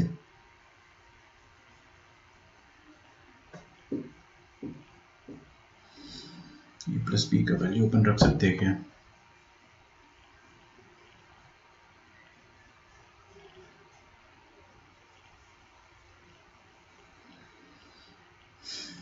a प्लस बी का वैल्यू 1 के बराबर होना चाहिए ना। कोई बात नहीं, ये वाली चीज जो है अपन थोड़ी देर बाद सॉल्व कर लेंगे। a प्लस बी 1 आ गया ना, इसको देखो यहाँ रख देंगे अपन, a प्लस बी को 1 रखो यहाँ पे 1, 1 प्लस 5 कितना 6, 6 बाई 2 3, मतलब 1 पर वैल्यू कितनी आ रही है, 1 पर फंक्शन की वैल्यू आ रही है 1 पर कितनी 3, ठीक है। तो 1 से जस्ट बाद भी 3 आनी चाहिए, तो 1 के जस्ट बाद क्या आएगी, राइट हैंड लिमिट। तो यहाँ पे चेक कर लेते हैं, 2 प्लस 1 3, 3 प्लस बी, ये भी कितना होना चाहिए, 3 के बराबर होना चाहिए। इसका मतलब b कितना आ गया, 0 आ गया, है ना। b0 आ गया, b0 यहाँ पे पुट कर दो, b0 पुट कर दोगे तो a कितना आ जाएगा, 1 आ जाएगा। 2 कौड़ी का क्वेश्चन हो गया, अब तो ये आंसर ही आ गया ना अपना, b0 और a1, है ना। तो इसमें मेन स्टेप क्या था कि डिफाइन करना। डिफाइन कहाँ करना, 1 के अगल बगल। 1 होता है गेम चेंजर, 1 बोलता है कि मैं 1.1 हो गया, तो पावर में तो इन्फिनिटी है ही, तो पूरी चीज इन्फिनिटी हो जाएगी, आपको लॉ ऑफ लव लगाना पड़ेगा। और अगर मैं 1.1 की जगह 0.99 हो गया, तो पावर में इन्फिनिटी, तो मैं 0 हो जाऊंगा। तो अब आपको लॉ ऑफ लव की जगह लॉ ऑफ उल्टा लव लगाना पड़ेगा, है ना। बेसिकली मतलब सब कुछ 0 हो जाएगा। तो ये बहुत इंपॉर्टेंट क्वेश्चन है और बहुत ही अच्छा क्वेश्चन है, बहुत डिफिकल्ट भी लगता है स्टार्टिंग में, है ना। मॉड्यूल में आपको कहीं ना कहीं मिलेगा, फर्स्ट पेज में मिलेगा। वही मैं ढूंढ रहा था मॉड्यूल में, मॉड्यूल ही नहीं मिल रहा मेरे को। बट आप देख लेना है ना, कुछ ना कुछ तो मिलेगा आपको इक्वेशन। तो ए का वैल्यू अपने पास आ जाएगा 0,1, इसको आप छाप लीजिए। ये फंक्शन को मैंने जैसे डिफाइन करा उसके बाद आसान हो गया, ठीक है। चलिए अपन पॉइंट डिसकंटिन्यूटी एक लास्ट छोटा सा क्वेश्चन है वो करते हैं, फिर आपका चैप्टर खत्म।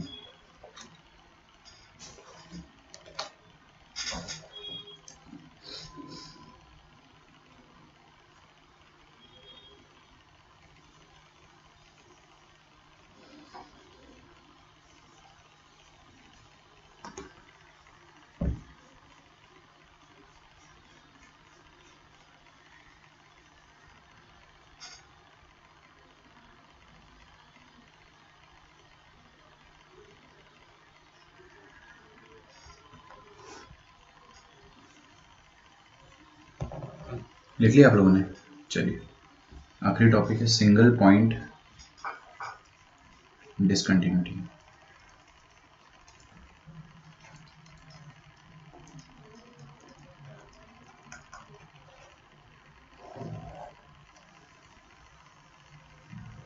सिंगल पॉइंट डिसकंटिन्यूटी का मतलब क्या होता है वो मैं आपको समझाता हूँ। एक फंक्शन है हमारे पास f of x is equal to, या तो x होगा, कब x होगा, जब x रैशनल नंबर है। और अगर x रैशनल नंबर नहीं है,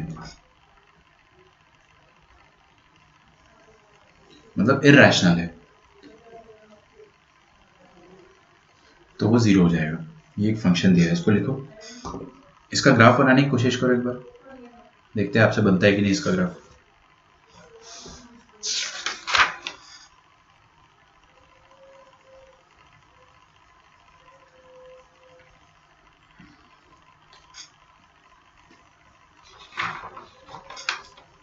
चलो मैं आपको ये तो कर बता ही दूंगा। मैं आपको एक और बात कहना चाह रहा हूँ कि कल आपका डेरिवेबिलिटी स्टार्ट होगा, या नेक्स्ट वर्किंग डे पे डेरिवेबिलिटी के बाद डिफरेंशिएशन स्टार्ट हो जाएगा। तो अपना डिफरेंशियल कैलकुलस जिसमें अपन dy बाई डी एक्स करते हैं, d2y by D x square, d3y by D x cube, वो स्टार्ट हो जाएगा। एक बार वो चालू हो गया ना, आपको सांस लेने का टाइम नहीं मिलेगा, पीछे पलटने का मौका नहीं मिलेगा। तो जो सिंसियर बच्चे हैं उन लोगों के लिए मैं बता रहा हूँ, होमवर्क टाइम पे कंप्लीट करें। मैंने 10 क्वेश्चन दिया, 10 क्वेश्चन कर लो, आगे चलने की कोशिश करो, ठीक है। आगे चलने की कोशिश करो, एक कदम आगे। 10 बोला है तो भाई 15 कर लो, है ना। f(1) मैंने 3 ऐसे लिखा है। देखो इधर कीर्ति, बड़ा इजी है ना। a + b 1 आ गया था, इतना मुझे पता था, मैंने यहाँ पे पुट करा। ये 1 1 + 5 6 6/2 3। तो मतलब 1 पर x = 1 पर ये क्या लिखा है आपके सामने, 3 तो लिखा है। x = 1 पर आपका फंक्शन क्या आ रहा है, 3 आ रहा है। मतलब 1 पर f(1) 3 है, f(1) 3 है। ये सिंपल सी तो बात है। 1 पर आंसर 3 आने का मतलब क्या है, f(1) 3 है। और f(1) 3 है, एग्जैक्ट 1 पर आंसर 3 है, तो 1 के जस्ट आगे राइट हैंड लिमिट भी 3 होनी चाहिए, तभी तो कंटिन्यूस होगा। और लेफ्ट हैंड लिमिट भी 3 होनी चाहिए। ठीक है, तो आप यहाँ से a भी निकाल सकते थे, आप कर सकते थे, इसको भी 3 के बराबर कर सकते थे। ठीक है, ये 2 - a कुछ गड़बड़ दे रहा है अपने को। ठीक है, कोई बात नहीं, अपना आंसर यहीं से आया है, कोई दिक्कत नहीं है। ऊपर गड़बड़ है भी तो। डेरिवेबिलिटी में भी लिमिट्स है, मैंने आपको बताया ना, लिमिट्स नहीं आता तो आप खत्म हो, आप एक्चुअली सड़क पे आ जाओगे, लिमिट्स नहीं आता है तो। मैं आपको फर्स्ट डे क्यों, मैं इतना आपको डांट के, इतना खरी खोटी सुना के क्यों बोलता हूँ, क्योंकि आज से 1 महीने बाद ना आप अगर मेरे पास आओगे कि सर नहीं समझ में आ रहा कुछ, तो मैं हेल्प नहीं कर पाऊंगा आपकी। तो इससे अच्छा अभी गालियां दे दूं आपको, है ना। यार तुम लोग ने एकदम बच्चों वाली चीज पूछ रहे हैं। f(1) 3 है तो सही, क्या दिक्कत है, 1 पर आंसर 3 आ रहा है, तो f(1) 3 है। और f(1) 3 है तो f(1) से आगे 1 पर आंसर 3 है, तो 1 के जस्ट बाद भी 3 होगा ना, क्योंकि राइट हैंड लिमिट भी 3 होनी चाहिए और लेफ्ट हैंड लिमिट भी 3 होनी चाहिए। ठीक है ना।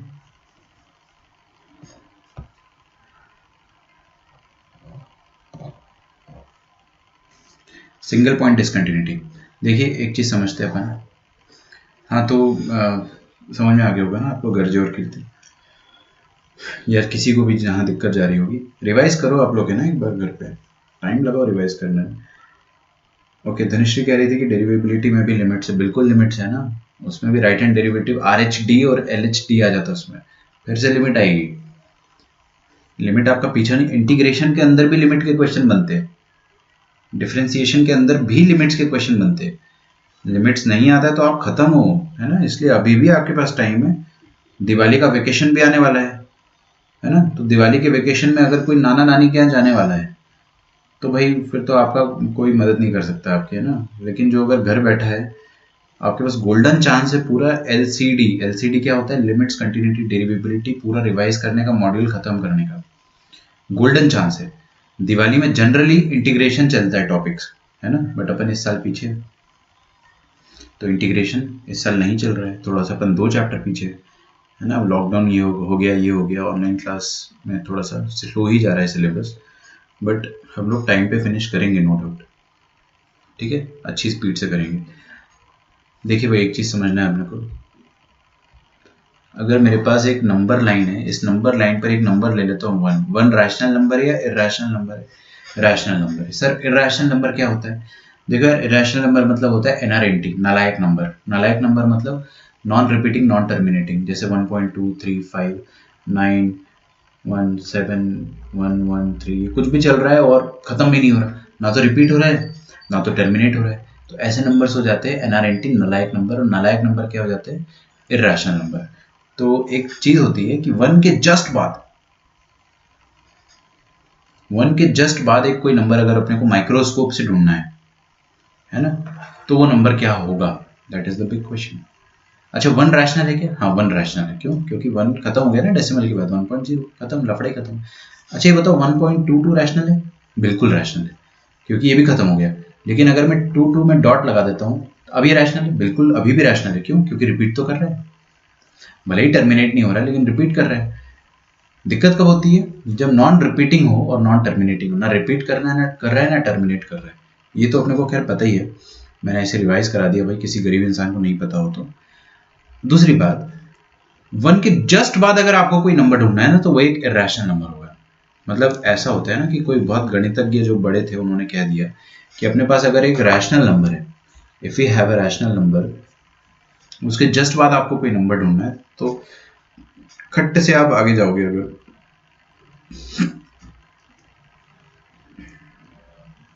है ना, बहुत बढ़िया। वन से जस्ट आगे अगर आप कोई नंबर ढूंढोगे ना तो आपको इरेशनल नंबर मिलेगा। वन से जस्ट पीछे कोई नंबर ढूंढोगे तो आपको फिर से इरेशनल नंबर मिलेगा। समझ में आ रहा है? रैशनल के जस्ट बाद तुरंत इरेशनल नंबर आ जाता है।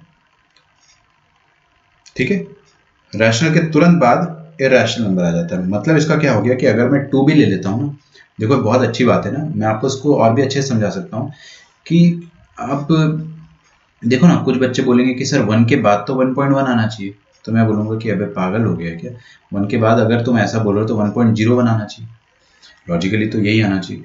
लेकिन फिर कोई बोलेगा कि सर 1.0000001 आना चाहिए 1 के बाद, है ना।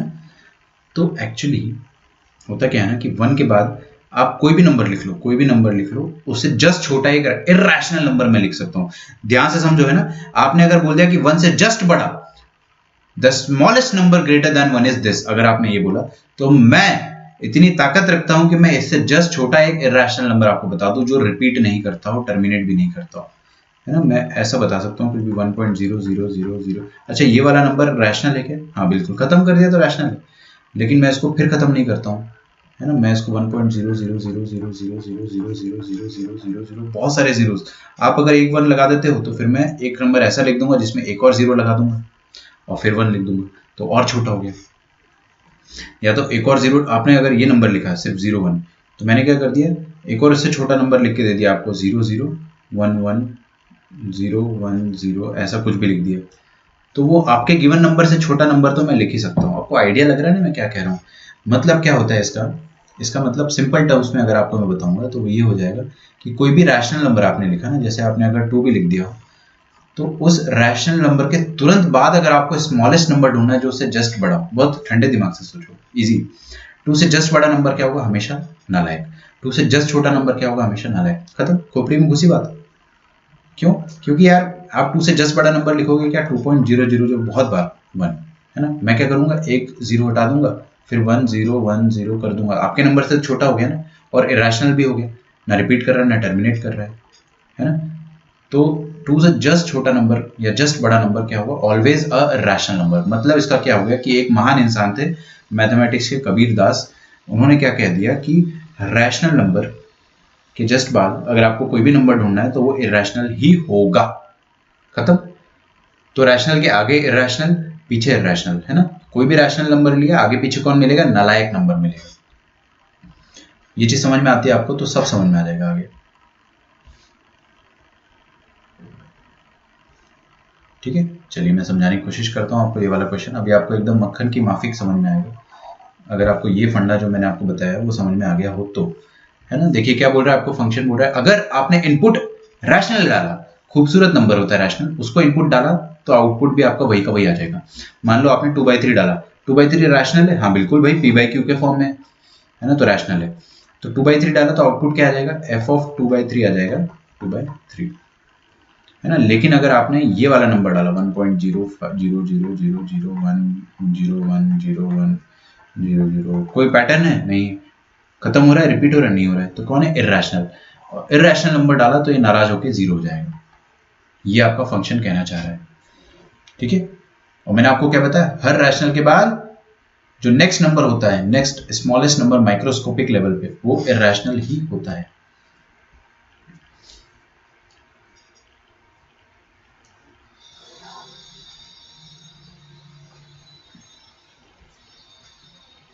ठीक है, तो मैंने इसका ग्राफ बनाया, ये x axis y axis, input किधर देते हैं अपन? एक्स पे, आउटपुट कहाँ था? वाई पे। अच्छा, अगर अपना इनपुट रैशनल हुआ, मान लो आपका इनपुट 0 हुआ, आपका इनपुट 0 हुआ, तो आंसर क्या आएगा? आंसर आ जाएगा 0। 0 इज रैशनल नंबर ना, 0 बिल्कुल रैशनल नंबर होता है। अच्छा, आपने अगर 0 से जस्ट बड़ा कोई नंबर ढूंढा, जस्ट बड़ा, तो क्या होगा? रैशनल या इरेशनल? अभी अभी आपने को मैथमेटिक्स के कबीर दास ने बताया है कि 0 रैशनल है, तो रैशनल के जस्ट बाद कौन होता है? इरेशनल। इरेशनल मतलब आंसर क्या आ जाएगा आपका? 0 आ जाएगा। ओ हो, देखिए देखिए ना आपका फंक्शन क्या हो रहा है। जब आपने 0 डाला जीरो क्या था, रैशनल, तो आंसर क्या आ गया, जो इनपुट वही आउटपुट, तो इनपुट क्या था जीरो, तो आउटपुट क्या आ गया जीरो। ये येलो वाला डॉट, येलो दिखेगा नहीं आपको, तो मैंने इसको पिंक से कर देता हूँ, ध्यान से समझना है ना। तो आपने जीरो डाला तो आपको आउटपुट क्या मिला, जीरो मिला। आपने जीरो से जस्ट बड़ा नंबर डाला तो रैशनल के तुरंत बाद कौन आता है, इरैशनल। तो क्या इनपुट आ गया आपका, इरैशनल। इरैशनल अगर आपने इनपुट डाला तो आउटपुट क्या आ जाता है, नाराज होकर जीरो। तो जीरो से जस्ट बड़ा नंबर डालोगे ना तो भी आपको आंसर क्या मिलेगा, जीरो। और जीरो से जस्ट छोटा भी नालायक होता है, तो नालायक पे आंसर जीरो। तो जीरो पर लिमिट एग्जिस्ट कर रही है क्या, बिल्कुल जीरो पर लिमिट एग्जिस्ट कर रही है।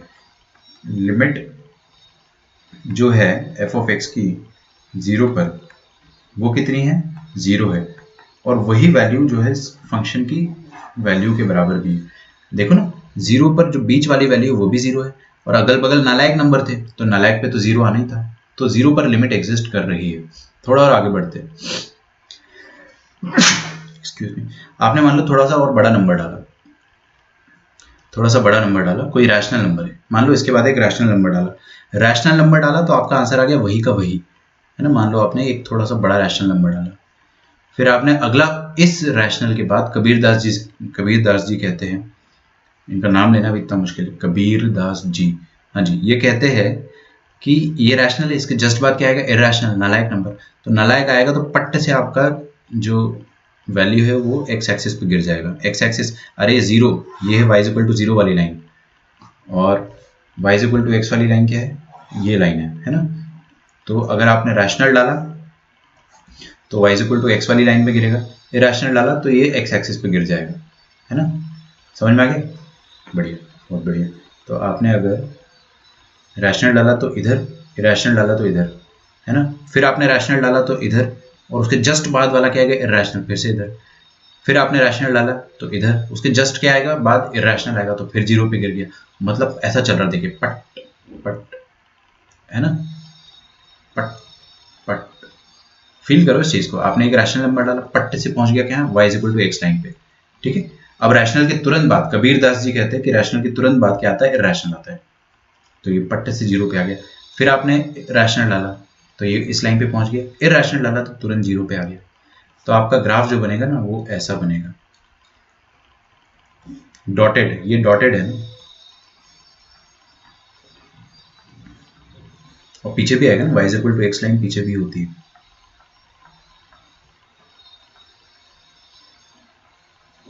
लिखते जाइए,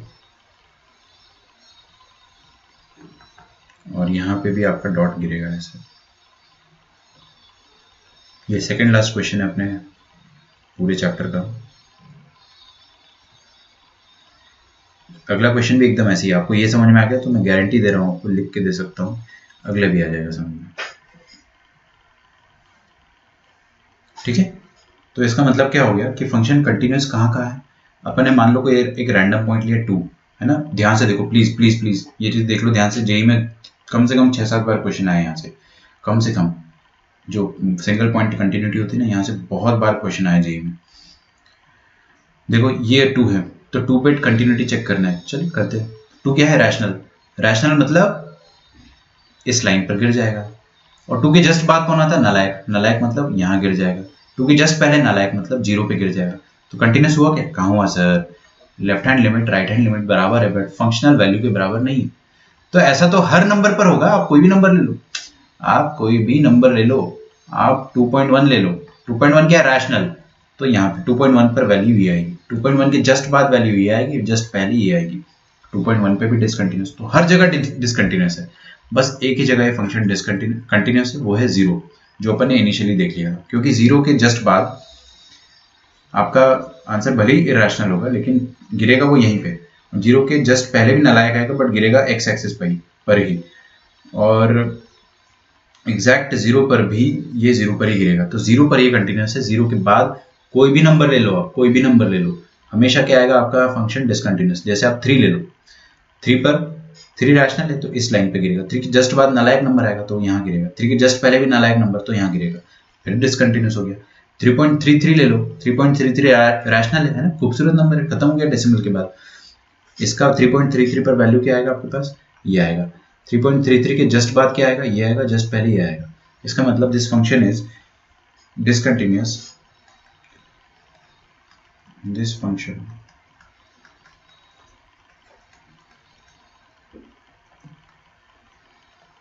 is discontinuous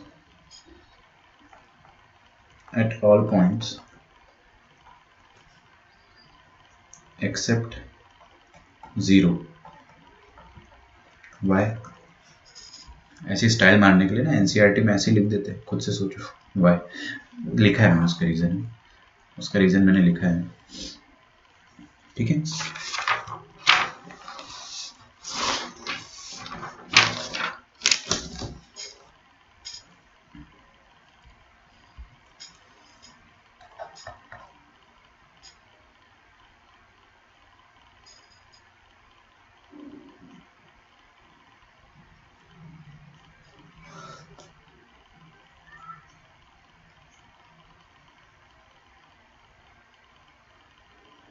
एक तो तुम लोग है ना न्यूज़ में देख लेते हो कि कॉलेज चालू होने वाले 23 नवंबर से। अभी कॉलेज चालू हो जाएंगे तो अपन जान की बाजी देके चले भी जाएंगे क्या कॉलेज?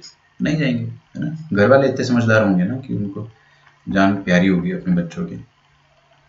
तो आप लोग है ना उसका टेंशन ना ले। अभी जब सब कुछ सही होगा तो सरकार उस हिसाब से डिसीजन लेगी, ठीक है। खैर सरकार पे अपन भरोसा नहीं कर सकते, लेकिन देखते हैं, सब कुछ बेस्ट ही होगा। अपन इतना टेंशन मत लो। मुझे मैसेज आया था कुछ बच्चों को। हाँ जी, ये वाला क्वेश्चन लिखे। क्या है? जब रैशनल है तो x पे एक y equal to x line पर गिरेगा, और जब इरेशनल है तो माइनस x पर गिरेगा, ठीक है। ये लास्ट क्वेश्चन अपना, फिर खेल खत्म, पैसा हजम। कल नया चैप्टर स्टार्ट करेंगे।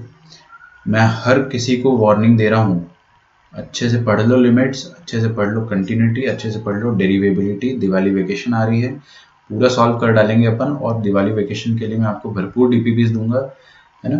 तो आपको 2 दिन बस मस्ती करने का मौका मिलना चाहिए, एक दिवाली के दिन और एक दिवाली के जस्ट बाद वाले दिन। मे बी, पता नहीं क्यों, मस्ती करना हो तो मैं तो वो भी अलाउ नहीं करूँगा आपको। बाकी तो खैर थोड़ा फन होना चाहिए लाइफ में, इतना भी अपने को डल नहीं रहना है। बाकी दिन अपन पढ़ाई करेंगे ना, मतलब क्लास नहीं होगी आपकी, मैं आपको डीपीपीज दे दूंगा, और जो बच्चे को सॉल्व करना है वो सॉल्व करेगा। कोई ऐसा कंपल्शन नहीं है आप पे। सॉरी। देखिए भाई, ये ग्राफ बना के मैं लेक्चर को है ना ख़त्म कर देता हूँ।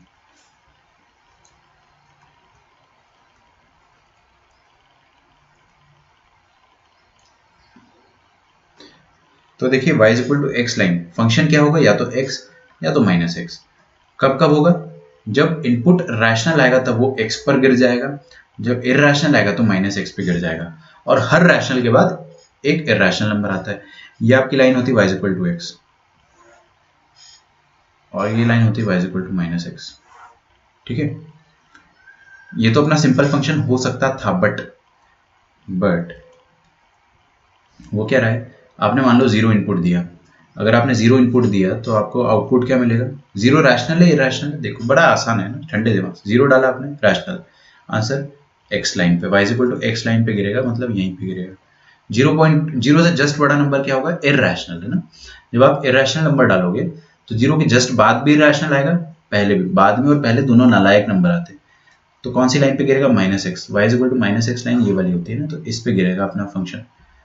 तो माइनस एक्स मतलब 0 से जस्ट बाद, और जस्ट बाद ऐसा हो जाएगा, ठीक है।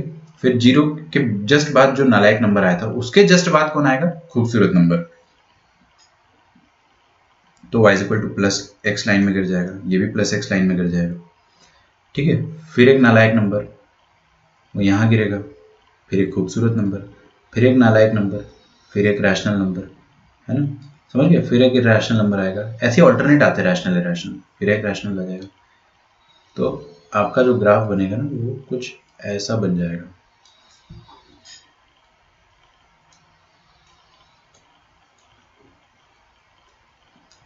चलेगा?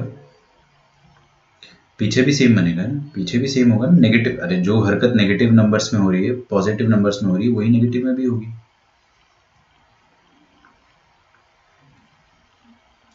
तो ये आपका फाइनल ग्राफ होगा, जिसको मैं ऐसे बना देता हूँ।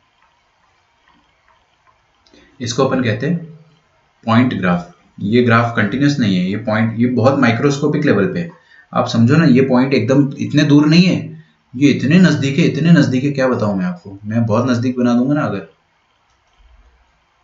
तो वो ऐसा दिखेगा, बट अभी भी ये पॉइंट ऐसे दूर दूर है। तो ये फंक्शन कहाँ पर कंटिन्यूस है? कहीं पर भी नहीं। आप कोई भी पॉइंट ले लो, अगर वो पॉइंट 2 है तो रैशनल है, तो मतलब ये वाली लाइन पर 2 का वैल्यू आ रहा है। 2 के जस्ट पहले नालायक नंबर है तो यहाँ गिरेगा, 2 के जस्ट बाद में नालायक नंबर है तो वो भी यहाँ गिरेगा। तो 2 पर डिसकंटिन्यूस। 3 ले लो, 3 क्या है? खूबसूरत नंबर है, तो 3 यहाँ पे गिरेगा। 3 के जस्ट पहले नालायक आएगा, रैशनल के पहले नालायक आता है, रैशनल के बाद भी नालायक आता है, तो दोनों जगह यहाँ पे गिरेगा। तो कंटिन्यूस तो कोई भी पॉइंट भी नहीं होगा। 0 ले लो, 0 के जस्ट पहले नालायक नंबर आएगा यहाँ पे, 0 के जस्ट बाद भी नालायक नंबर आएगा तो यहाँ पे, और 0 पर ये वाला नंबर आएगा। तो आप इतना बोल सकते हो कि 0 पर अप्रोक्सीमेटली कंटिन्यूस हो सकता है ना, क्योंकि LHL RHL और फंक्शनल वैल्यू दोनों तीनों 0 होगी, बट और कोई पॉइंट पे ये कंटिन्यूस नहीं होगा।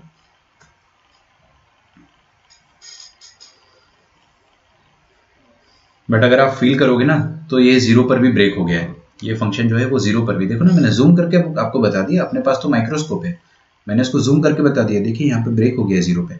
और अगर ये ब्रेक हो गया है तो इसका मतलब ये डिसकंटिन्यूस है। तो यहाँ पे आप लिख लीजिए, this function is discontinuous for all x.